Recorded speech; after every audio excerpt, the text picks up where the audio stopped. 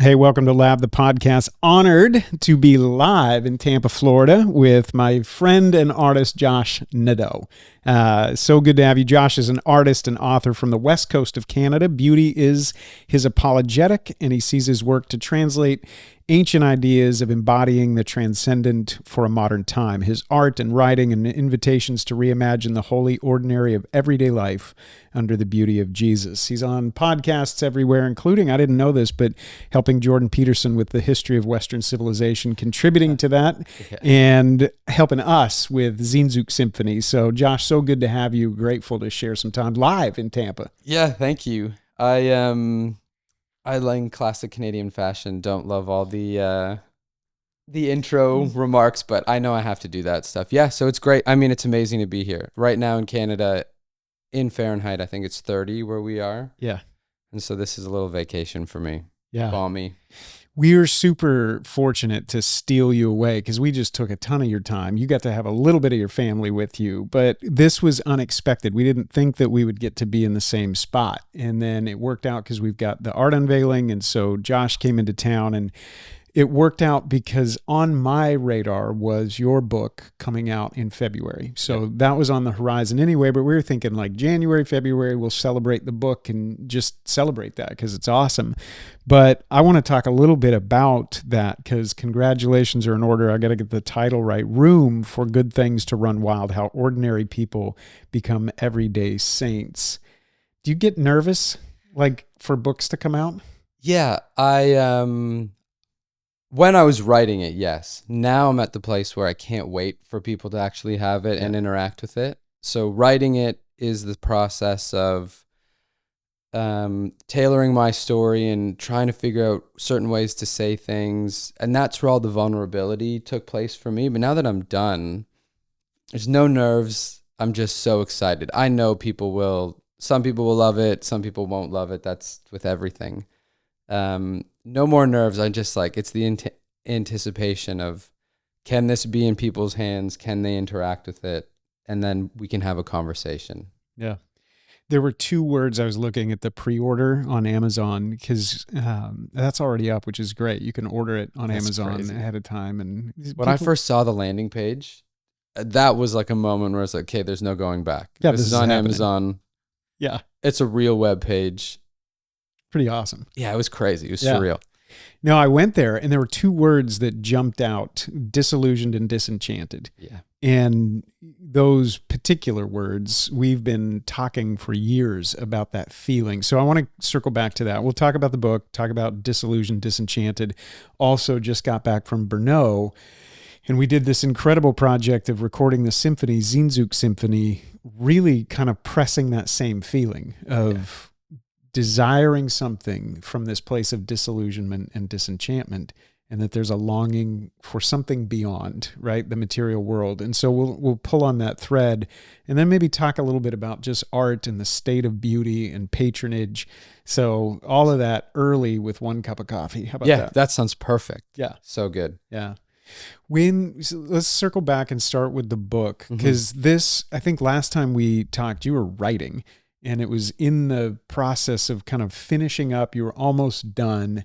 And I'm curious for you, that disenchanted, disillusioned feeling, how long in your story was that a part of just your lived experience? Yeah.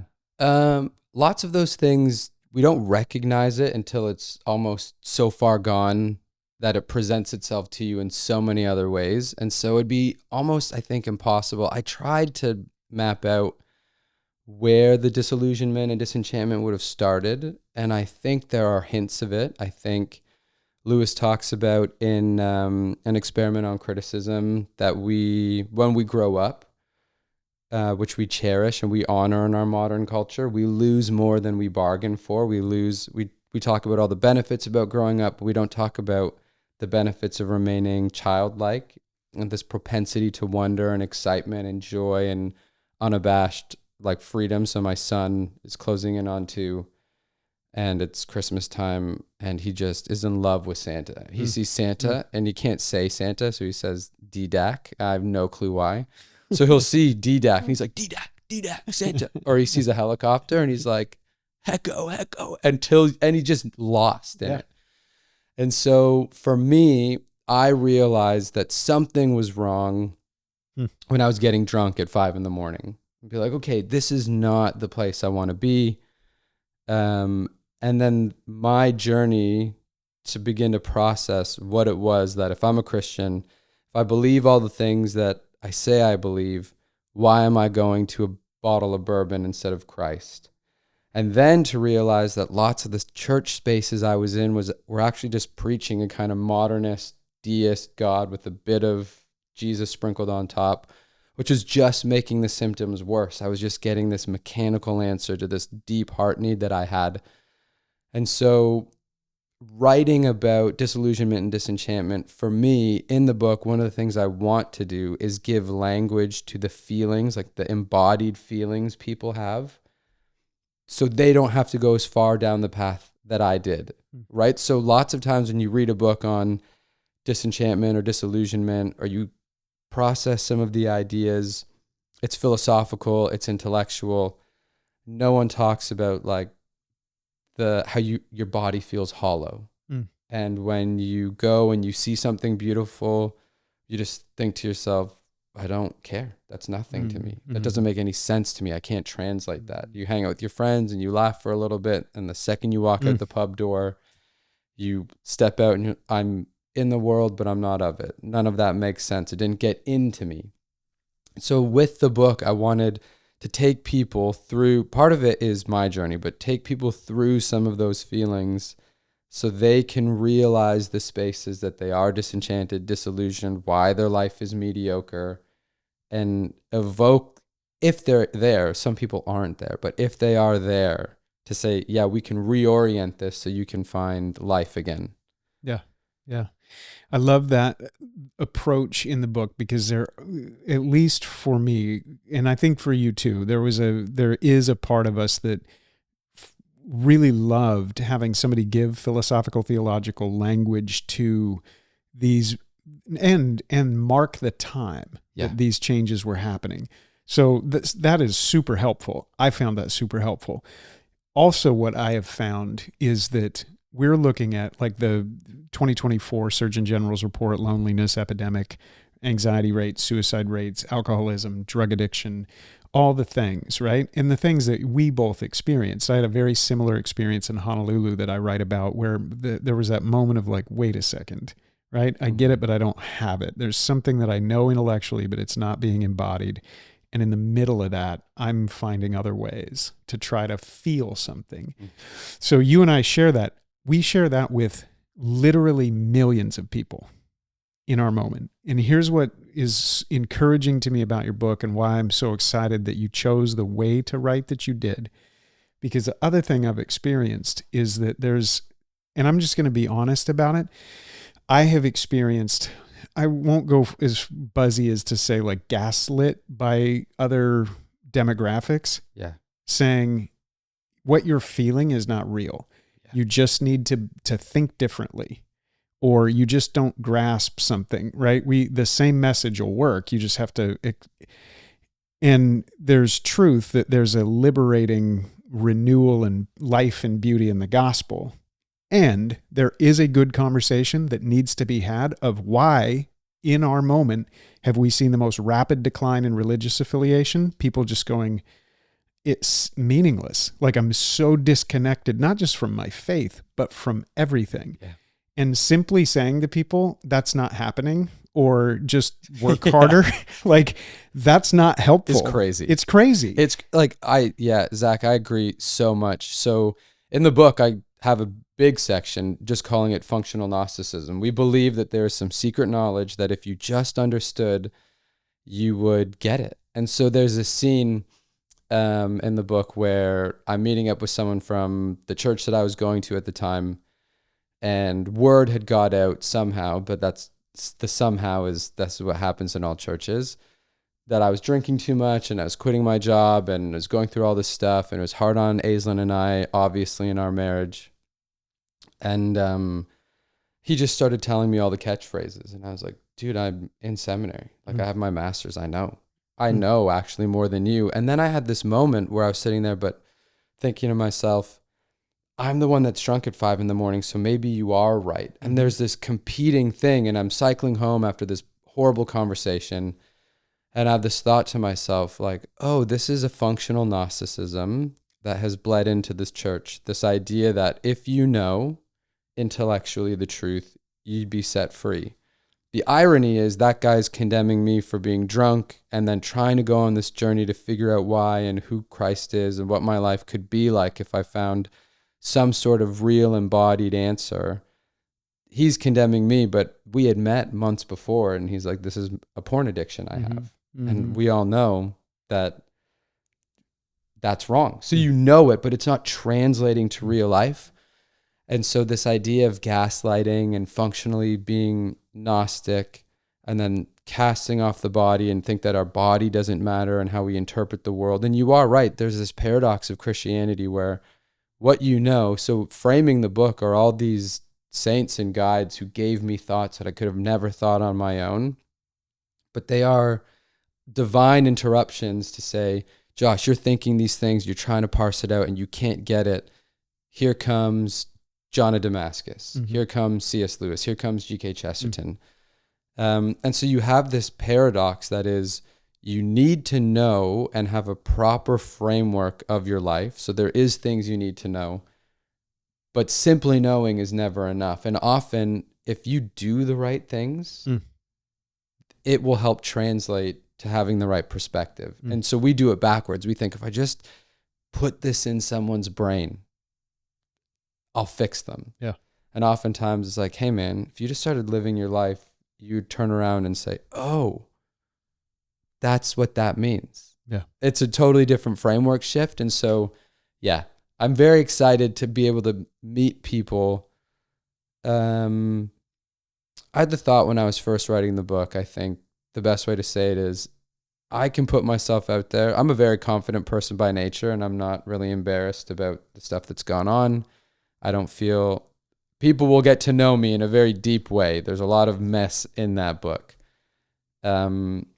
But if I can put that out there for people and we can meet and start dialogues at those deep parts where people are, that's the problem. The gaslighting thing steps over every real issue that people are facing because it's hard and messy. Yeah. It's way easier to just beat someone over the head with a platitude and say, oh man, we've done such a good job.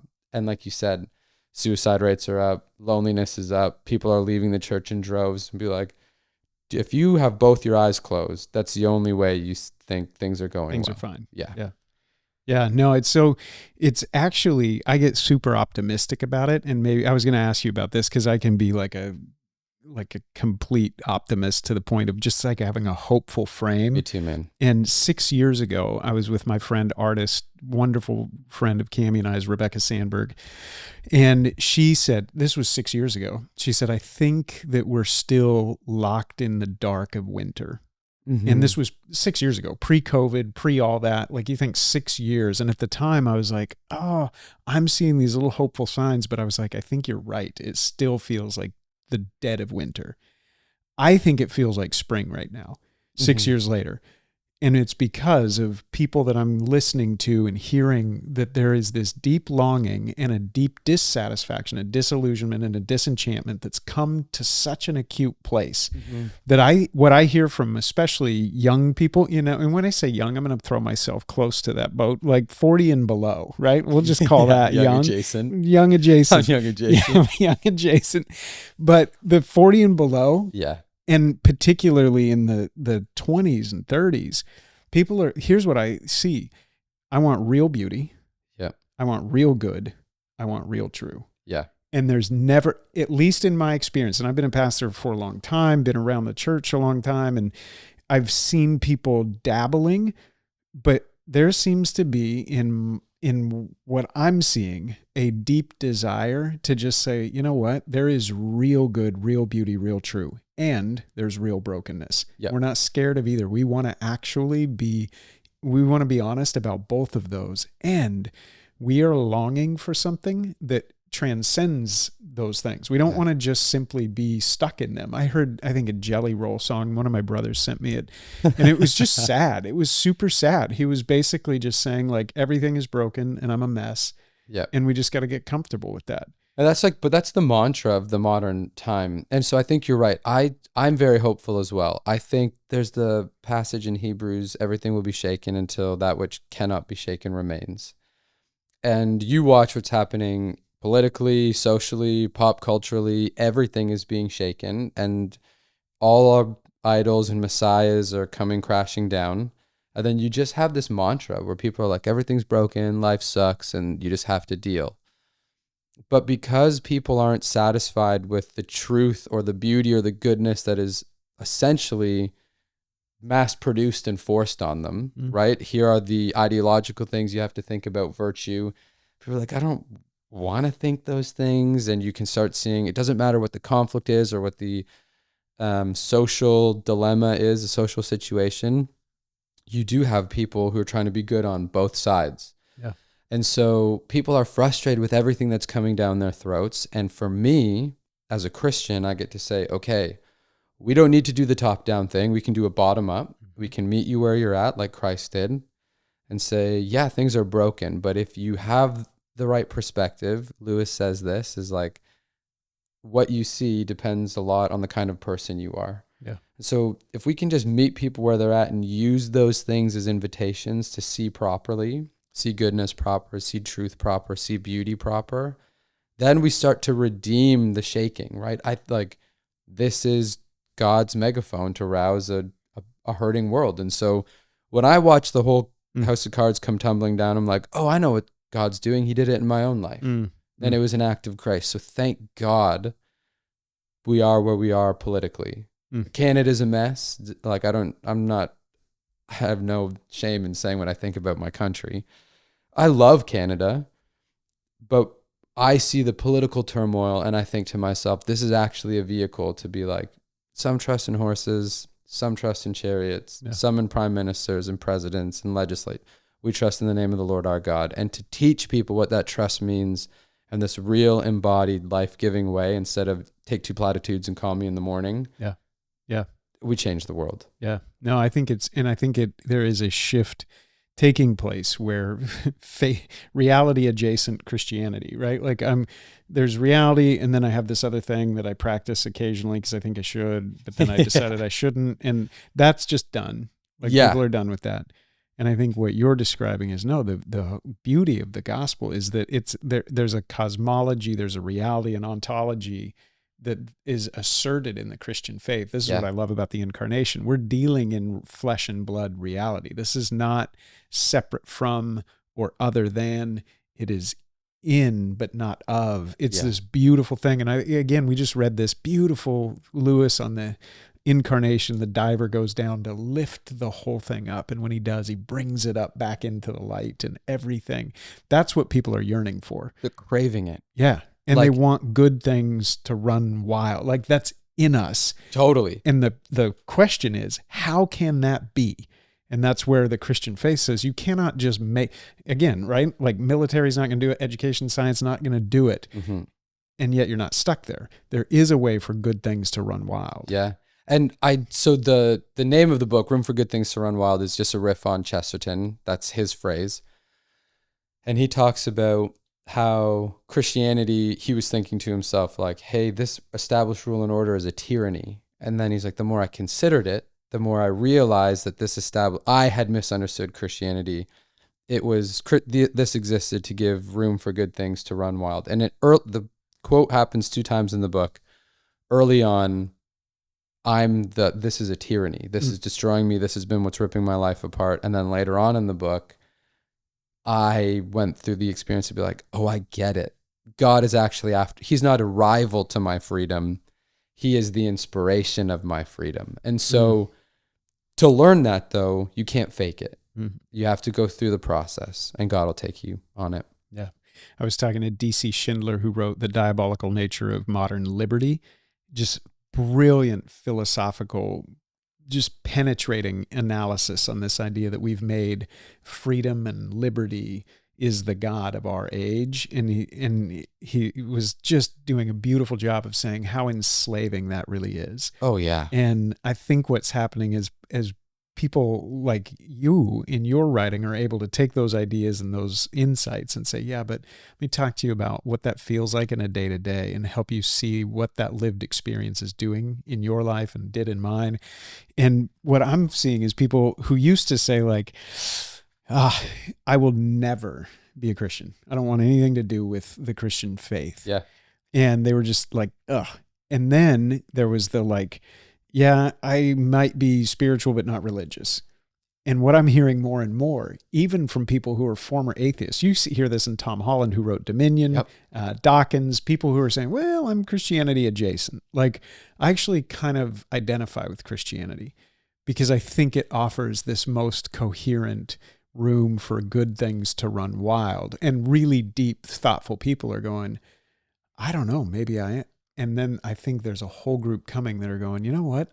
I want to unapologetically be a Christian. Totally. In the true and good and beautiful sense of what that really is an invitation to. Yeah. I think that there's a deep hunger, not for less of that, but for more of that. I so agree. Like watching, in my mind, it's almost a cultural experiment. So you have these people who existed in a whatever our moment will be called in the history books later, and they say, hey, I really like the quote unquote Christian West. Mm-hmm. I liked my England the way, for Dawkins, I liked my England the way it was. Things have changed. I don't actually like this as much. When people push him on it, he's like, but the people who listen to him, they're like, well, what is it about Christianity that we all like? And as people kind of go back to their roots, this is like the pendulum swing. It used to be punk rock to be anti-religion. Yeah. And now that everyone's anti-religion, it's punk rock to be religious. Yep. These people are going deep and they're like, well, it's not just enough to talk about Christianity out of my mouth and then go live the way that I was always living. And the experiment that people are, to quote Chesterton, like he says, Christianity is not an experiment that's been tried and found wanting. No one's trying it because it's hard work. Hard. But people are starting to do it and they say, you know what? I don't know if I buy into the virgin birth or the incarnation, but I do know that if I live my life like I did, everything is better. Yeah.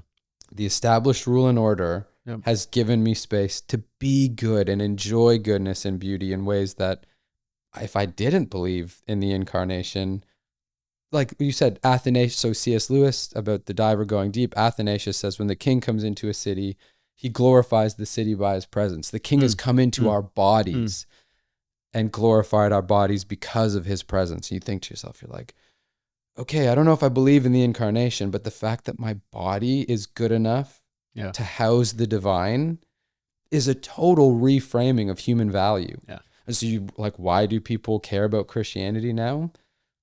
The myth became fact. Yeah. Right? It's so good. It's so good. And here's what I love.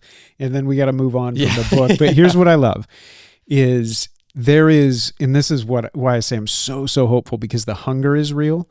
The urgency is real. The moment is real. All that is real. And there are guys like you, and there are men and women who are thinking in a more rigorously orthodox Christian way than even our previous generation. The previous generation that gets a little nervous and they're like, what is this, right? Return to religious conviction.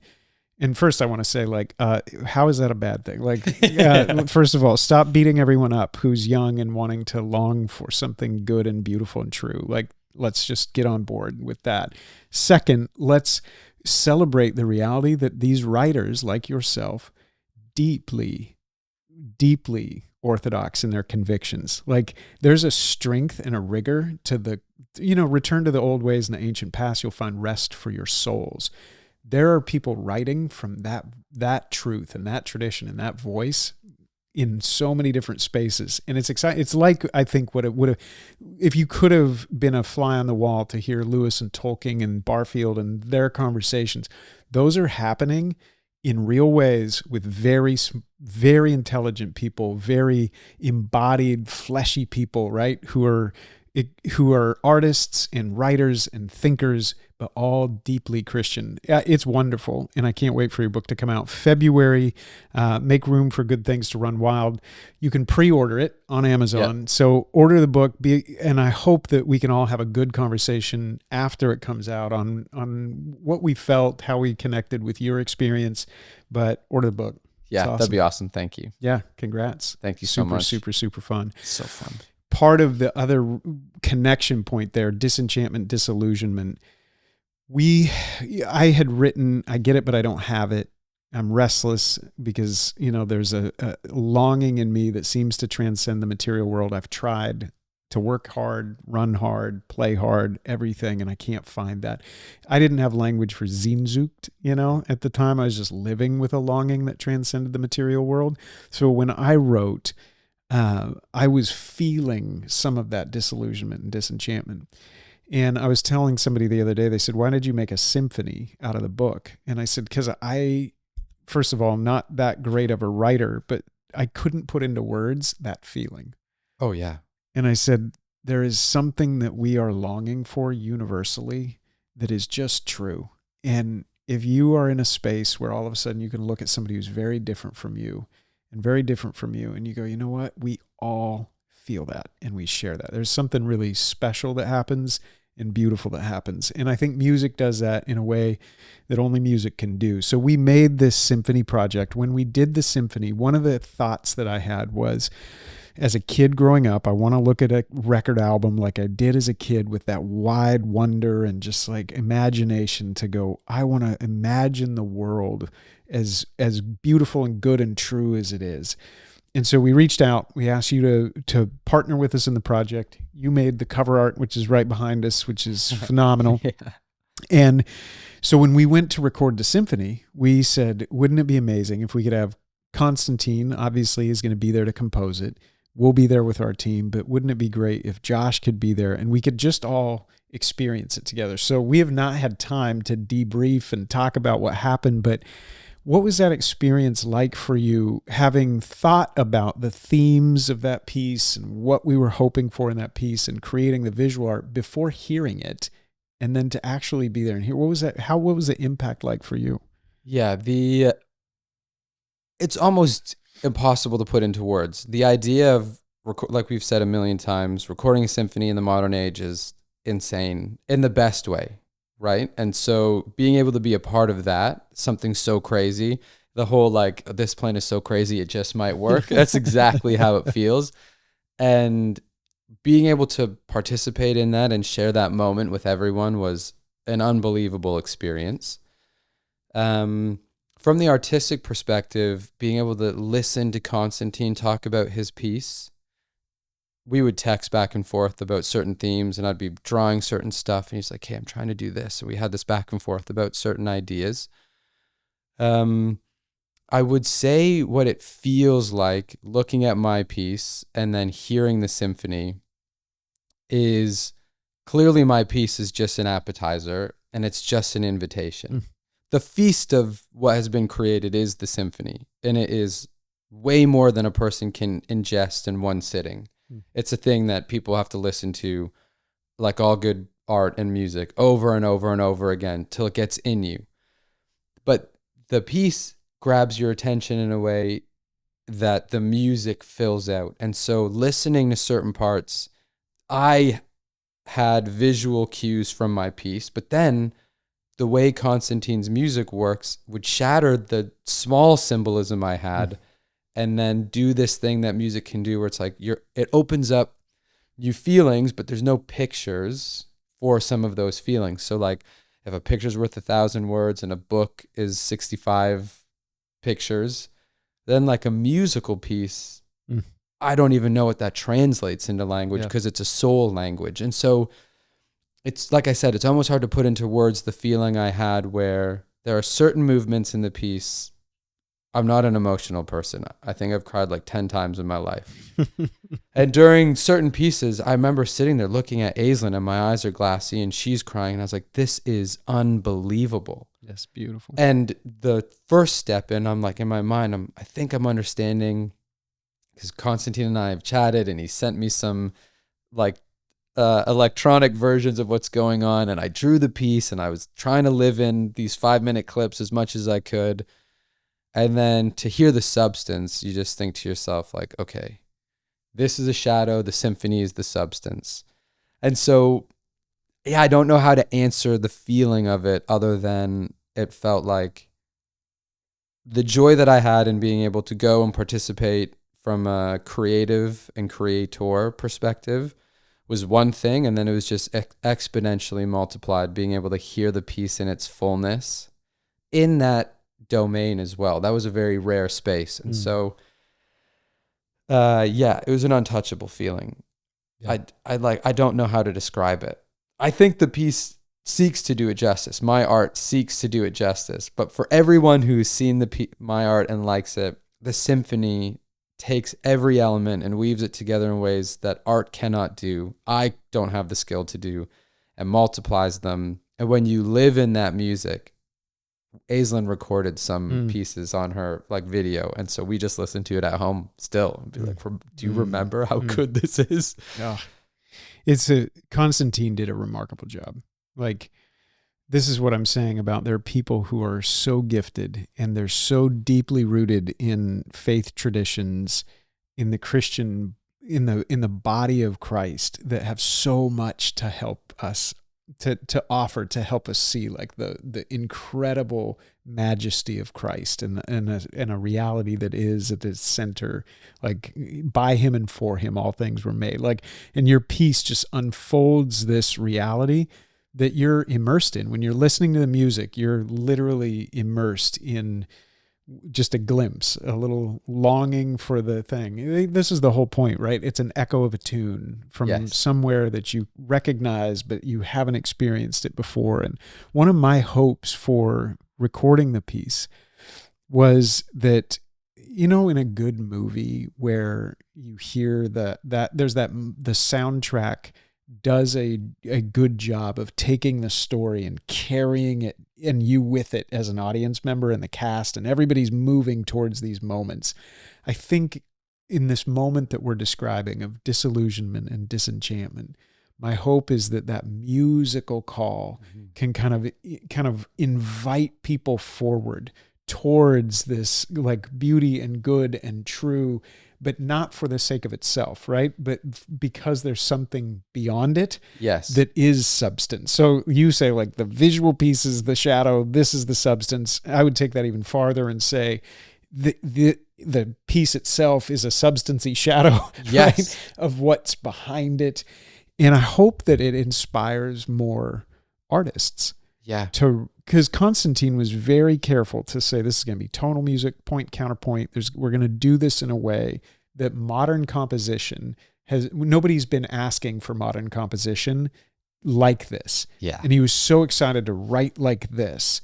And then I see like tonight, the art unveiling with Emily. She is a classically trained artist in the sense that her work is going to present something that maybe is in a modern art context, it would feel like it's from an older world, right? Let's go. Yeah.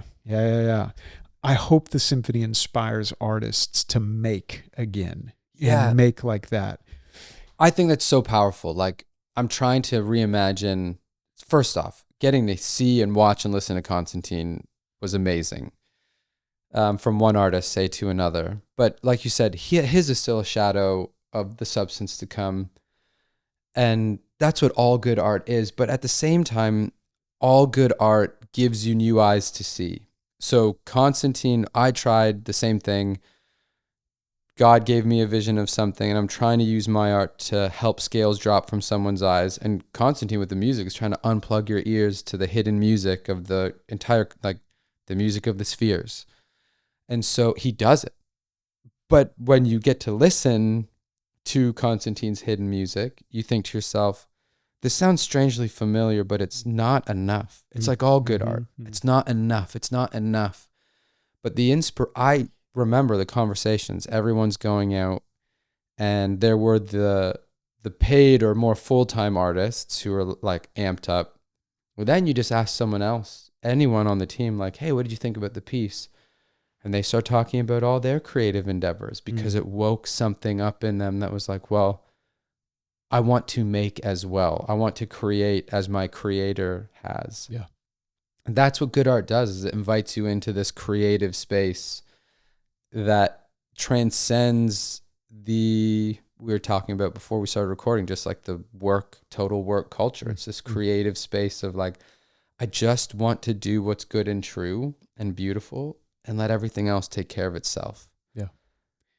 I want to talk to you really quick to direct something toward artists, because Yep. I hope it does inspire people to start making again. If you can imagine a fork in the road, I think our moment, right? The modern project, the Enlightenment project, has run aground, in my opinion.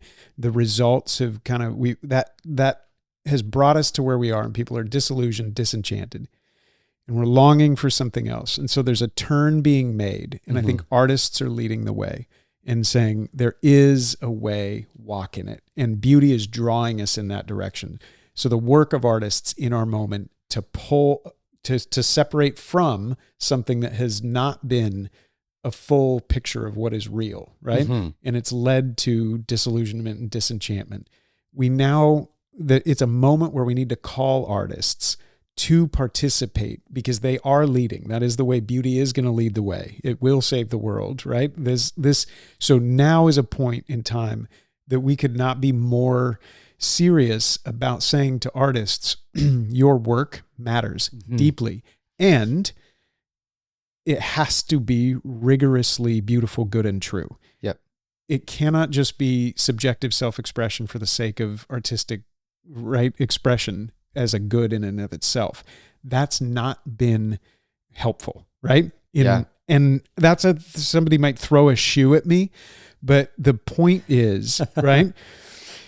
We need, as an act of self-expression. Yes, Just as we need artists to make beauty, good, true. Yeah. What do you say to artists right now? And here's what I'm looking for is like an actual humble first step, because it's not enough, in my opinion, to just be like, oh, well, don't make just silly self-expressive art that is meaningless. Don't do that just for personal gain or self-expression. Like, do the real thing. And everybody goes, oh, well, I'll just do the real thing. Emily, who unveiled the painting tonight, spent 3 years disciplining her craft and brush to be able to do what she did. So let's go. What do artists need to do in this moment to be able to participate in what's needed? So I think, the identity of the artist in my mind is to go out into the darkness, into the wild, into the wilderness that no one else wants to go into or can't go into the way an artist can, and build a refuge, set up a camp, and then come back and say, hey, here's a map. So you have pain, you have loneliness, you have depression, you feel that. All of the list that you said of the fallout of a modernist post-Enlightenment world, and say, here's the map. I can't tell you how to deal with it, but I know that if you go on this journey, I've at least made a refuge for you out there, a haven of rest. And because of that, artists have to live on like a knife edge of, you have to feel everything in fullness. And then you also have to do your best to conceive of some answer. I don't think artists will ever be philosophers or theologians. So I love my artist friends. My wife is a true artist. I think artists come before the philosophers and the theologians. And if they are connected to the vine, so if they are participating, not intellectually primarily, but in an embodied goodness, truth, and beauty, doing your prayers, being generous, spending time knowing Christ, it's just going to burst out. And then what's going to happen is people like me and you are going to follow the path that the artist took out into the wilderness and say, oh, they did it. They actually did it right. It's messy out here. Of course it's messy out here. This is where we're naming our second son after a desert father. And the idea is those desert fathers are like the artists of the embodied spiritual thing. They go out into the wilderness and they fight the demons, they slay the dragons. And that's what the artists are doing. When you had mentioned this before, of people throwing shoes at you, or like, hey, let's let the kids go on a deep religious journey experience, try to find some depth.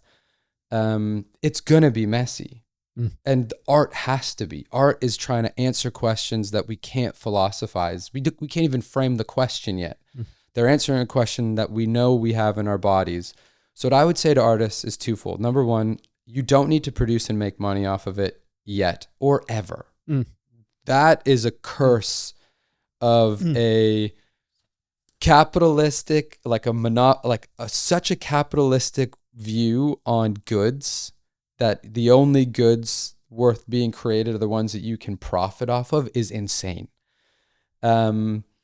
I can't wait, whether Aislinn, my wife, makes it as an artist or not, I can't wait for my kids to be saturated in her art up on our walls for their whole lives.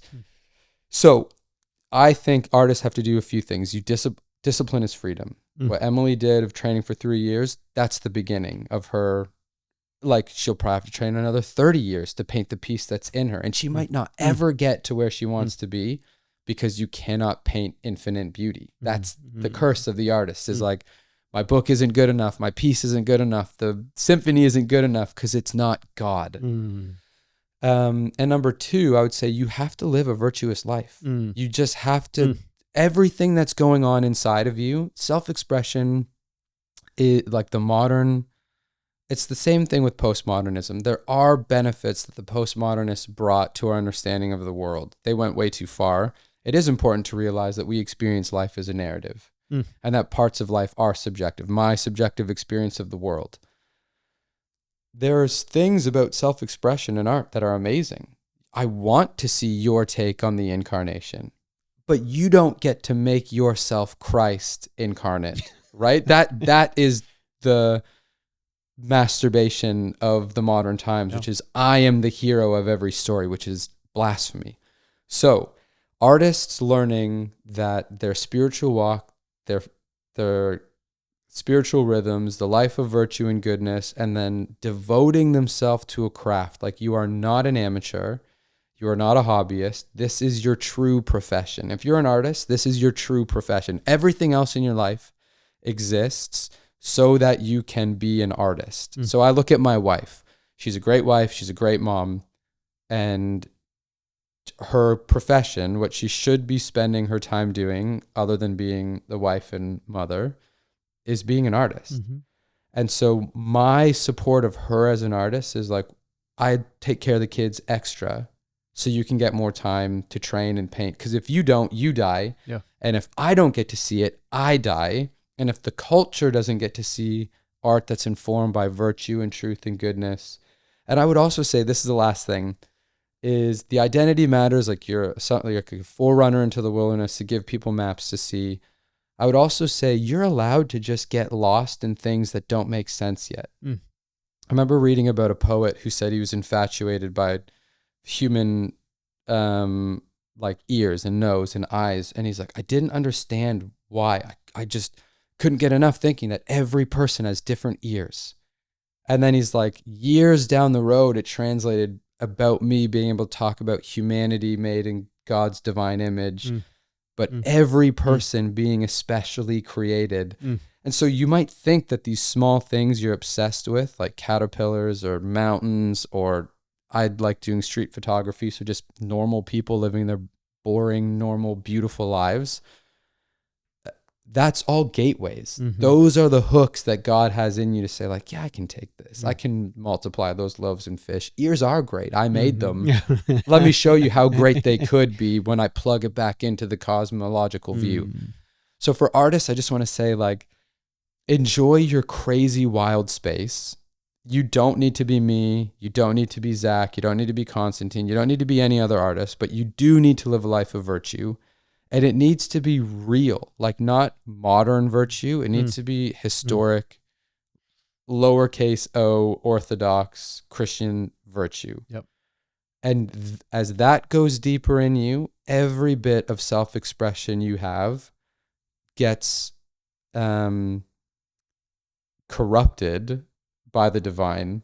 But really, it's the inversion. We are the corrupt ones who try to put too much of ourselves into art. And Christ comes in like this healing infection and like takes over all the disease that's actually in us, as he's the antidote. And it feels like poison at first. I'll stop ranting after this, but I'm telling, like, the artists, for those of you who need to live this rigorous life of virtue, it will feel like poison. It will feel like a tyranny, to go back to room for good things to run wild. It is established rule and order. You must follow it. for your discipline, for your virtue, for your ideas on truth, even your ideas on beauty. If you are a person who's like self-expression is the best, be like, sorry, that's gone. Mm-hmm. When that gets in you, you then start to realize, oh, this is room for all the good things in me to run wild. And so like, my heart goes out for the artists, because I think you're right. Beauty will save the world. I think they're doing a work that we don't understand yet. And I can't wait to see the piece at the unveiling today. I just have that moment where I get to think to myself, I get it, but I don't get it. Yeah. And maybe in a year when I've processed, it's the same with the symphony. People were asking me about it. They're like, Josh, how was it? And I was like, I don't know yet. I just know that I heard it and it changed things. What things? I don't know, actually. There's a shift. Yeah. So anyways, I could rant forever about artists and. Yeah. It's so good that you brought up virtue, like in the sense of like not modern virtue, temperance being, prudence and justice and courage and temperance. And the other day I read that Elton John came out and critiqued America and Canada, I think. And he said that he felt that the legalization of marijuana was the worst thing that ever could be done in America. And I thought that was interesting. And he was making a larger point about the damage of addiction to creativity and art. And he was saying like the enslavement to addiction. And he talked a lot about his writing and the partnership that he had with Bernie Taupin and just the way that addiction robbed something from his creativity. And you thought, like, that feels like poison to have somebody say to put any border or boundary, right? But then you have these artists who have lived some of that and said, no, there was something that really was devastating to my creative life, right? So we'll have to have like 14 other podcasts on that, because I think it's a thing. Yeah. Oh, you've got my mind racing now. Like I had this big argument with people the other day about AI and tools. And so I don't have the answer, and we don't need to chat about it, but I have this question I'm trying to work through of how beneficial have quote unquote tools been to humanity at all? Yeah. So you take the idea of like an axe is a tool, but axe versus a chainsaw, you cut down trees to warm your house. Is it good to heat your house by the sweat of your brow and take a day to fell a tree and cut it up into wood and all the prayer and all the stuff that happens? Or is like efficiency and progress for efficiency's sake and progress sake good? It's the same thing with these tools of creativity like marijuana, drugs, AI. These are tools of efficiency, but are they net goods? Or is there something about the brutally hard journey of needing to read a book, of learn a craft, of being bored, of painting a canvas, hating it, and having to paint over it white and do it again and again and again? And it's crazy to hear Elton John say like, yeah, some of those things robbed us. Yeah. They promised this, but they emptied us. Yeah. Come on. We're going to have a second conversation about it, because what's next is patronage, in the reality that there's a conversation. We need great Josh, great Aislinn, great Emily, great Constantine, so many other great artists who are contributing, not for the sake of profit or gain, but because they're artists and they were made to make, right? And that's their calling. So yes to that, and dive headlong, because that's going to lead the effort. And for all of, and kind of V3's in the middle of this space to say we need patronage, like true artistic patronage again, like an appetite for good and beautiful and true again, right? And there needs to be it's a living relationship in a well-formed artist and well-formed patrons, all collaborating together for something that brings glory to God and is good for the world, right? And there's a journey back to recovering some of that for patronage. So I'll leave it there, but here's what I will invite you to. If you're listening to this podcast, like, go back, listen to the artist piece. If you have a calling to participate in making, which we all do, particularly if you feel called that is the work you were made to do as a vocation, listen to that, because we need you. We need great artists. And for everybody else listening, the patronage of the arts, people who say, I want there to be beautiful work. I'll leave it with this, that it's right for the moment, but the Adoration of the Magi, Leonardo da Vinci was commissioned to do this incredible piece, and he sketched it, he drew it first, and it was largely finished in sketch form, but he never finished the painting because he ran out of resource. The commission ran out, and so that piece was left unfinished. And I think in our moment, there's a need for, you think about if commissioning, it took Emily over 6 months to do this painting. We were talking last night, and she said a true commission like this, she would need 9 months probably to get her mind and her heart and her arms around this piece. 9 months. I think if we want to endeavor to see 100 pieces of great art back in our culture, Yeah. that means we need 100 artists working for 9 months to put those kind of pieces back into circulation. So we'll leave it there. I can't wait for that conversation. But Josh, thanks for all your thinking, all your artistic contributions, the friendship. Congrats on the book. And we'll come back and maybe talk patronage the next time we get to hang out. Yeah, I'd love that. Thank you. It's been an honor. I'm always so happy to hang out with you guys and just chat about the stuff that matters. That's so good. Yeah. Thanks so much. And to do it in Tampa is fun. Oh my gosh. To see, honestly, to see Christmas lights on palm trees is a trip. Yeah. Is a trip.